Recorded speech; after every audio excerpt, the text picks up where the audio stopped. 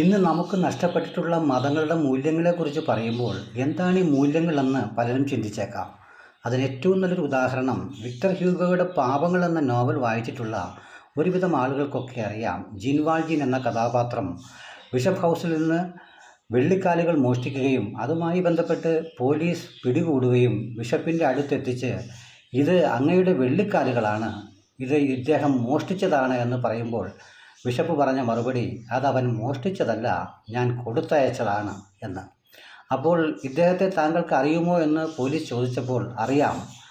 ഇവൻ ആരാണ് എന്ന് ചോദിക്കുകയും അത് എൻ്റെ സഹോദരനാണ് എന്നാണ് ബിഷപ്പ് അതിന് പറഞ്ഞ മറുപടി. ഈ സാഹോദര്യമാണ് നമുക്ക് ഇന്ന് മതങ്ങളിൽ നഷ്ടപ്പെട്ടിട്ടുള്ളത്. അതിനാലാണ് ഇന്ന് ലോകത്ത് ഈ വിനാശകാരങ്ങളായ കാര്യങ്ങളെല്ലാം നടന്നു പോകുന്നത്. സാഹോദര്യം എവിടെയോ നഷ്ടപ്പെട്ടു പോയിരിക്കുന്നു.